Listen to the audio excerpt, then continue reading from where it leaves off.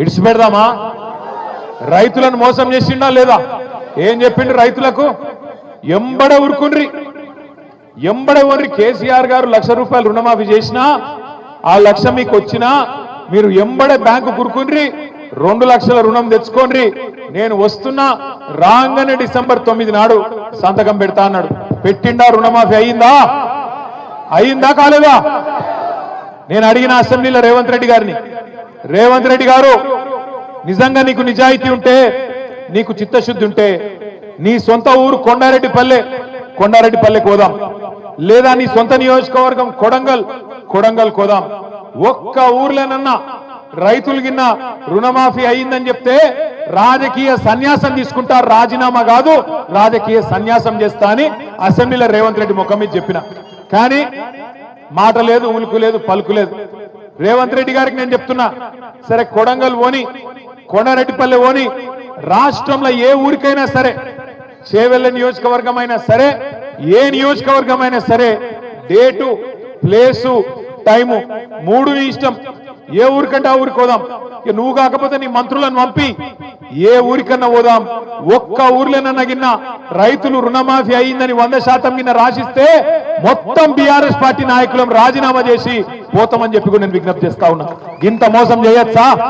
చారాన రుణమాఫీ కూడా కాలే, కానీ చారాన కోడికి బారాన మసాలా అన్నట్టు ఇవాళ ఢిల్లీకి పోయి మొత్తం రుణమాఫీ చేసిన అని చెప్పి అక్కడ మాట్లాడుతూ ఉన్నాడు.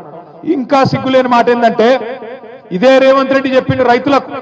ఏం చెప్పిండు? కేసీఆర్ మీకు బిచ్చమేసినట్టు, కేసీఆర్ బిచ్చమేసినట్టు 10,000 ఇస్తుండు, నన్ను గెలిపిన్రి 15,000 ఇస్తా అని చెప్పిండా లేదా? 10,000 కాదు 15,000 ఇస్తా అన్నాడు.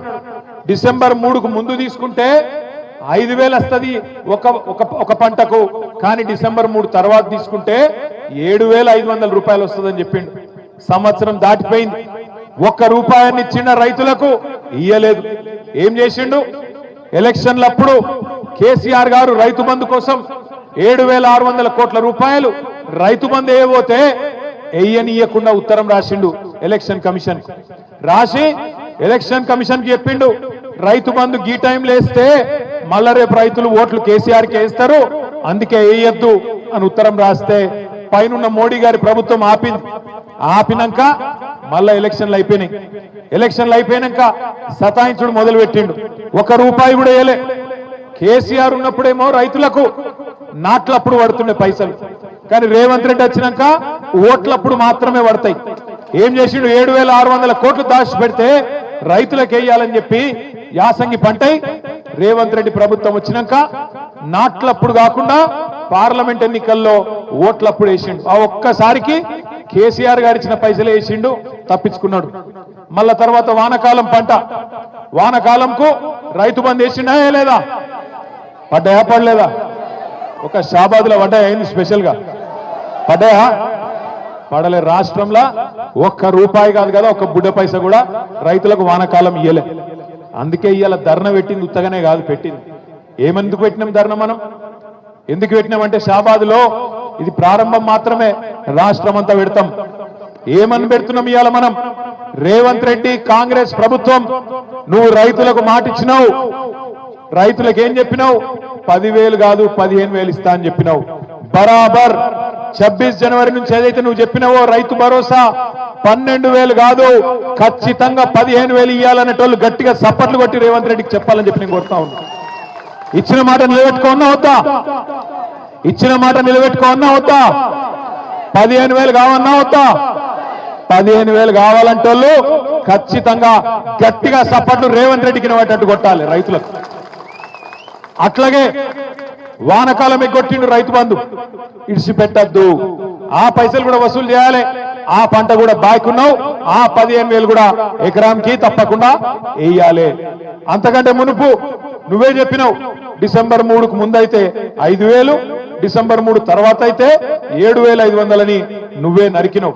మరి ఆ లెక్క తీస్తే ఈ రోజు ఒక్కొక్క ఎకరానికి సంవత్సరంలో రేవంత్ రెడ్డి ఎంత బాయ్కున్నాడు ఎరికేనా? ఒక్కొక్క రైతుకు ఒక ఎకరానికి 17,500 రూపాయలు చొప్పున బాకీన్నాడు.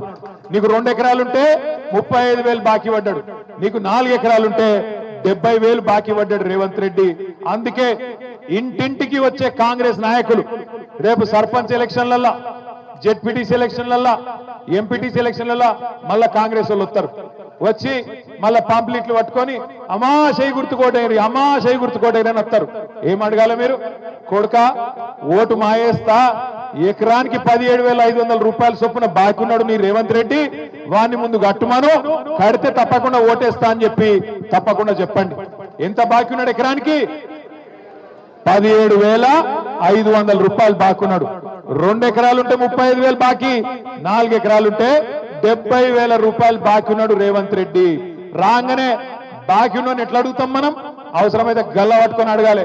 ఏమరా కొడుక ఏదో బాగా చెప్తే ఎలక్షన్ ముందు కాంగ్రెస్ గుద్దు గుద్దు అంటివి, అభయాస్తం అంటివి, ఇప్పుడు అభయాస్తం భస్మాసుర అస్తమైంది, నెత్తి మీద భస్మాసుర అస్తం అయిపోయి ఆగమైపోతున్నాం, ఏం సంగతి అని అడగాలి. ఇక మా ఆడబిడ్డలు మీకు ఎంత చెప్పిండు? సిల్కకు చెప్పినట్టు చెప్పిండు కేసీఆర్ సారు. ఏం చెప్పిండు కేసీఆర్ సారు?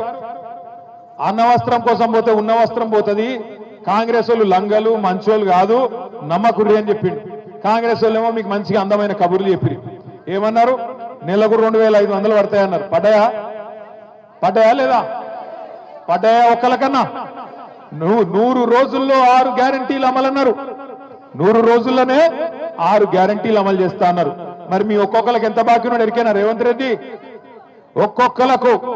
ఒక్కొక్క ఆడబిడ్డకు, ఈ రాష్ట్రంలో ఉండే 1,67,00,000 మంది ఆడబిడ్డలకు రేవంత్ రెడ్డి గారు ఈ ఒక్క సంవత్సరంలోనే 30,000 రూపాయలు బాకీ ఉన్నాడు. నెలకు 2,500 చొప్పున, సంవత్సరానికి 30,000 రూపాయలు బాకీ ఉన్నాడు. సో కాంగ్రెస్ వాడు మీ ఓటు వచ్చినందుకు అడిగితే ఏం చెప్పాలి? ఆడ 30,000 పెట్టుకోడుక, ఆ తర్వాత మాట్లాడతా అని చెప్పి ఎలగొట్టాలి. ఏం చెప్పాలి? ఎంత బాకీ? ఒక ఆడబిడ్డలు చెప్పాలి ఎంత బాకీ ఉన్నాడు. రైతులకు ఎకరానికి 17,500 బాకీ ఉన్నాడు. ఆడోళ్లకు ఇప్పటికి సంవత్సరానికి 30,000 బాకీ ఉన్నాడు. రేపు దబ్బన తప్పిదారి ఇక 12,000 ఇస్తుండు కదా, సరే తీసుకుంటాం మిగతా తర్వాత చూసుకుందామంటే మళ్ళా ఇయ్యాడు. అది కూడా చెప్తున్నా మీకు ఇప్పుడే. ఓట్లు అప్పుడే పడతాయి పైసలు, ఓట్ల తర్వాత ఇచ్చే రకం కాదు ఇది. పార్లమెంట్ అప్పుడు వేసినట్టు చేసిండు, మీరు డబ్బల ఓట్లేయంగానే వానకాలం ఎగ్గొట్టిండు. మళ్ళా ఇప్పుడు సర్పంచ్ ఎలక్షన్ల, జెడ్పీటీసీ ఎలక్షన్ల ఓట్ల కోసం వేసినట్టు చేస్తాడు, తర్వాత ఎత్తుకపోతాడు, మళ్ళా కనబడాడు, మళ్ళా 4 ఏళ్ల దాకా పత్తకున్నాడు. అందుకే చెప్తున్నా ఇప్పుడే పట్టుకోవాలి గట్టిగా. ఓట్లప్పుడు వచ్చినప్పుడే గట్టిగా పట్టుకోవాలి, గట్టిగా కాంగ్రెస్ వాళ్ళని అడగాలి.